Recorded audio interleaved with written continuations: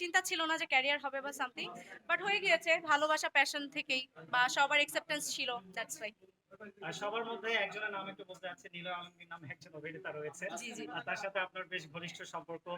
ওনার কতটা কি বলবো, ওনার কতটা আসলে ইয়ে আছে, কন্ট্রিবিউশন আছে আপনার এই ক্যারিয়ারের আসলে পেছনে? 100%ই তো ওরই কন্ট্রিবিউশন, কারণ আমার এই ক্যারিয়ারে আসার স্টার্টিংটাই তো ওকে দিয়ে হয়েছে। অ্যান্ড সাপোর্ট তো অবশ্যই আছে, সাপোর্ট না থাকলে তো আমি 3 বছর ধরে চালাতে পারতাম না, হয়তো আমার মাঝপথেই শেষ হয়ে যেত। হাজবেন্ড হিসেবেই সাপোর্টটা আছে এই 3 বছর লং টাইমে, সো অবশ্যই আছে সাপোর্ট। নিলয় ভাইকে আমরা শুটিং এর বাহিরে খুবই কম পাই, যেমন আপনাকে কিন্তু আমরা পাই বিভিন্ন হ্যাঁ হ্যাঁ। প্রমোশনাল ব্র্যান্ডিং প্রমোশনাল প্রোগ্রাম গুলো আসেন, কিন্তু নিলয় ভাইকে যখনই যোগাযোগ করা হয় উনি শুটিং শুটিং শুটিং। তো আমাদের প্রশ্ন হচ্ছে যে আপনাকে কতটুকু উনি সময় দিতে পারেন, নাকি আপনিও শুটিং এ যে ওনার সাথে দেখা করেন? না, শুটিং এ যেয়ে কেন দেখা করতে হবে? শুটিং তো দিনের বেলা থাকে। আপনারা তো রাত ১টার পরে গিয়ে নিতে পারবেন না, ইন্টারভিউ। তো ১টার পরে ফ্রি হয়, শুটিং শেষ হলে তখন তো আমার বাসাতেই আসে। তখন তো আপনাদের সাথে আমারটা মিলবে না। আমি হচ্ছে ওনার ভাই। এই। জি, এবং নীলয় কিন্তু হচ্ছে বিভিন্ন অভিনেত্রীর সঙ্গে কাজ করে। কখনো মনে হয় যে আমার হাসব্যান্ড অন্যজনের সঙ্গে অভিনয় করছে। কখনো মনের মধ্যে একটা জেলাস ফিল আসে? অনেক জেলাস লাগে আমার ভাইয়া। কি যে বিপদে আছি ভাইয়া, রাত্রে ঘুম হয় না। কিন্তু আমার আমার জেলাসের চাইতে আপনারা যে আমাকে নিয়ে এত টেনশনে আর থাকেন সব সময়, এটা নিয়ে আমি খুবই মানে খুশি, এবং আপনাদের সাথে কি বলবো, মানে আমি খুবই খুশি যে আপনারা আমার চাইতে বেশি চিন্তা করেন বিষয়টা নিয়ে, মানে আমাকে নিয়ে এত ভাবেন, আমার মানে আমার হাজবেন্ড আমাকে নিয়ে এত ভাবে না। না, না, মেয়ে মানুষরা তো মানে অন্য কাউকে যদি তার সঙ্গীর সঙ্গে দেখে তাহলে তো তুল কালাম করে দেয়। কারণ আমার লাইফ মানে এরকম হয়ে থাকে। আপনার লাইফে হয়েছিল? আহারে। না, সমস্যা হয়েছে কি, আমি যখন প্রেম করেছিলাম তখন মানে 2010 থেকে হচ্ছে ও হচ্ছে মিডিয়াতে ওই যে বিভিন্ন নায়িকার সাথে অ্যাক্টিং করে। তো প্রেম যখন শুরু করলাম তখনও বিভিন্ন অ্যাক্টিং করে। এখন কি প্রবলেম হবে? এখন তো বিয়ে হয়ে গেছে, একদম পার্মানেন্ট। এখন তো প্রবলেম হওয়ার আর কথা কোনো না। উপায় নেই। আর যেখানে কোনো যাক না উপায় কেন। নেই, যেখানেই যাক না কেন, মানে কোনো সলিউশন নেই, আমিই সলিউশন। আচ্ছা, রুমা আপুর সাথে এর আগে দেখেছি একটা ইন্টারভিউতে আপনি অনেক হাসাহাসি করছেন ভূত তত্ত্বের কারণে একজন গণমাধ্যম কর্মীকে নিয়ে। তো সেই ভিডিওটা অনেক ভাইরাল হয়েছিল। তো আপনি সেখানে কি বলেছিলেন যে এত হাসাহাসি হয়েছিল? আমাকে যদি কেউ ফোনটা দিত আমি একটু প্লে করে দিতাম, আমার এক্স্যাক্টলি মনে নাই। তাহলে আমি ভিডিওটাতে দেখাইতে পারতাম যে কি বলছিলাম, খুব আমি ভুলে স্যাভেজ গেছি। আনসার হচ্ছে। আচ্ছা, আপনি একটু জানতে চাই, ভাইয়া যেহেতু অভিনয় করছে, কখনো কি আপনারও মনে হয় যে আপনি গান পরিবেশনের পাশাপাশি অভিনয় ক্যারিয়ারটা চুজ করবেন? না, আমার আসলে প্রথম কথা, অভিনয় করার মতো যোগ্যতা তো আমার নাই। অভিনয় করার জন্য একটা যোগ্যতা লাগে। দ্বিতীয় কথা হচ্ছে আম অভিনয়ের প্রতি আমার কোনো প্যাশন নাই। মানে থাকে না একটা মানুষের যে অ্যাক্টিং যদি করতে পারতাম। ইভেন যেটা বললাম ব্র্যান্ড প্রমোশন নিয়েও আমার কোনো কিছু ছিল না। এটা হচ্ছে গিয়ে চলে আসছে। বিয়ের পরে দেখা গিয়েছে সবাই যেহেতু ওই টাইমে বিয়ের সময় আমাকে অনেকে অনেক গিফটস পাঠিয়েছে। তো সবাই এক্সপেক্ট করে যে একটা যখন নতুন উদ্যোক্তা গিফট পাঠায় আমি কোনো একটা পিকচার পোস্ট করি। তো একটা টাইমে দেখা যায় এত বেশি পরিমাণে সেটা আসা স্টার্ট করে, তখন আমার কিছু করার থাকে না। ভাবলাম যে আচ্ছা তাহলে যেহেতু এত পোস্ট করতেছে আমার তো অনেক টাইম ওয়েস্ট হচ্ছে, এটাকে আমি একটা দেখি না প্রফেশন, সবাই নিচ্ছে, একটা নতুন সময় আসতেছে, এটা একটা টাইমে দেখা যাবে যে এটাতে এখন জানেন মোটামুটি ছোট বড় সবাই কিন্তু ব্র্যান্ড প্রমোশন প্রফেশনটাতে আসতে চায়।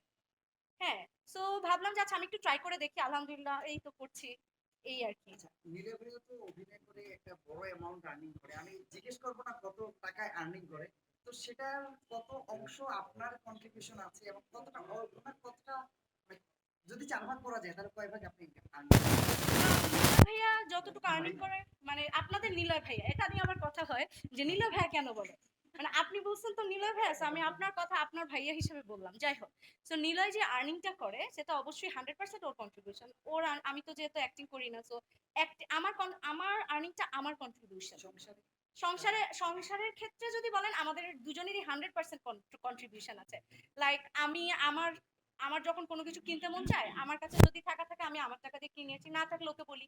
আর ও যখন কিনতে নিয়ে আসে, মানে কিনতে চায়, তখন ও আবার নিয়ে আসে। সো এটা আসলে কোনো বাছবিচার করি না যে আমি কতটুকু দিব বা ও কতটুকু দিব, এটা অটোমেটিক হয়ে যায়, মানে যতটুকু লাগে ততটুকু দেওয়া হয়, এই আর কি। যেহেতু বলছিলেন যে ব্র্যান্ড প্রমোশনে নিলয় ভাইয়ের অনেক ভূমিকা, মানে সাপোর্ট দেওয়ার ক্ষেত্রে নিলয় ভাইয়ের ক্যারিয়ারে বা অভিনয়ে আপনি কতটা সাপোর্ট দেন, এটা নিয়ে একটু বলুন। সাপোর্ট দিতে যদি বলেন, আমি হচ্ছি ক্রিটিক। হ্যাঁ, সো এটা একটা বড় সাপোর্ট আমার মনে হয়। মানে এমন না যে 100% বলা যে তোমার সব কাজই ভালো হচ্ছে, এটা আমি কখনোই বলি না। যেটা অ্যাজ আ মানে দর্শক হিসেবে যেটা আমার কাছে মনে হয় যে এটা ঠিক আছে, আমি বলি ওকে। যেটাতে মনে হয় এই স্ক্রিপ্টটা মানে পছন্দ হয় নাই, ইভেন ওই স্ক্রিপ্ট কাজ করার আগে আমাকে দেখায় যখন সুযোগ পাই আমি মাঝে মধ্যে গাড়ি চালায়, ড্রাইভ করে আমি স্ক্রিপ্ট পড়ে শোনাই, তখনও আবার কারেকশন দেই, বা হচ্ছে ডায়ালগে আমি কারেকশন দিই। সো এভাবে করে তো আমি চেষ্টা করি। তার উপর কোনো একটা নাটক হইলে দেখা যায় অনেক ছোটখাটো ত্রুটি থাকে যেটা হয়তোবা সাধারণ দর্শকদের চোখে পড়ে না, বাট এটা আমার চোখে পড়ে গিয়েছে, সেটা আমি বলি যে নেক্সট টাইমে খেয়াল রাখবো, হয়তোবা বড় পরিসরে হতে পারে। এই। তারপর একটা প্রশ্ন না করেই পারছি না। সেটা হচ্ছে যে এই যে আপনাকে আমরা যখন গণমাধ্যম কর্মীরা পাই তখন আমরা কিন্তু প্রশ্ন করে নিজেদের দেখি। হ্যাঁ। আমার মনে হয় না যে না আমাকে নিয়ে শুধু প্রশ্ন হচ্ছে না কেন? না, আমি তো স্পেশাল সেলিব্রিটি কিছু না। আমাকে নিয়ে প্রশ্ন হবে না, এটা স্বাভাবিক। এখন আমার হাসব্যান্ড সেলিব্রিটি, আমার হাসব্যান্ডকে নিয়ে সবাই কোয়েশ্চেন করে। এটা জানি। এজন্যই ফার্স্টে বলে নিয়েছি, কোয়েশ্চেন বেছে বেছে করবেন। আপু নিলয় ভাই এবং আপনার বেশ কিছু ভিডিও বা রিলস আসে, আমরা দেখি সোশ্যাল মিডিয়ায় বেশ প্রশংসাও হয়। এই কমেন্ট গুলো আপনাদের পড়া হয় কিনা এবং কি বলবেন এই ব্যাপারে? অবশ্যই পড়া হয়। সবকটা কমেন্টই পড়া। মানে আমি স্পেশালি পড়ি, ও পড়ে না। আমি পড়ি আরকি। আমার একটু কাজ কম তো। সো আমি কাজে যখন থাকি না তখন পড়ি। এই। আপু কিছুদিন আগে হচ্ছে দুবাই বা বিদেশ থেকে ঘুরে আসছেন, দুবাই না, ইউরোপ থেকে মেবি এসেছে। তো কেমন ছিল যদি একটু ট্যুরের বিষয়ে একটু জানতে চাই। আমাদের ট্যুর সবসময় ভালো থাকে। আমরা চেষ্টা করি ট্যুরটা লং টাইমের হওয়ার, তাহলে হচ্ছে ভালো মতো দেখা যায় সবকিছু। তো যেই ট্যুরেই যাই আমরা একসাথে ২-৩টা কান্ট্রি ঘুরে যাতে একদম মাইন্ডটাকে টোটালি ফ্রেশ করে দেন আবার কাজে স্টার্ট করা যায়। এইটা আরকি। তো প্রতিবারই ভালো হয়। আলহামদুলিল্লাহ এবারও ভালো হয়েছে। আপু আপনি তো ব্র্যান্ড এমন করেন, কিন্তু ভাইয়াকে কি কি গিফট দিলেন বা কি কি পেয়েছেন যদি একটু বলতেন? আমি কি, কি পেয়েছি? জি, বলুন। আমার ওয়েডিং রিং থেকে শুরু করে আমি সবকিছুই পেয়েছি। আমার গাড়ি থেকে শুরু করে সবই তো ওই দিয়েছে। আমি আমার যতটুকু সামর্থ্য সেই অনুযায়ী আমি ওকে দিই। যতটুকু পারি, মানে যতটা বেশি পারি সেটা চেষ্টা করি সবসময়। কিন্তু স্পেসিফিক ভাবে তো আসলে মনে রাখা যায় না। গিফটের অ্যামাউন্টটা তো বেশি আদান-প্রদান হয়। সো দেওয়া হয় সবই। মোটামুটি ওয়াচ থেকে স্টার্ট করে যা, যা প্রয়োজন, ড্রেস থেকে শুরু করে, হ্যাঁ, সবই করা হয়। আপু আপনি কি স্ক্রিপ্ট এখন কি লিখেন বা কি গল্প লেখার কোনো ইচ্ছে আছে না? গল্প লেখার একটা সময় ইচ্ছা ছিল, আমি লিখতামও। আমি যখন এই মানে বিয়েও হয়নি বা অনেক আগে, সেই স্কুল লাইফ থেকে আমি গল্প লিখতাম।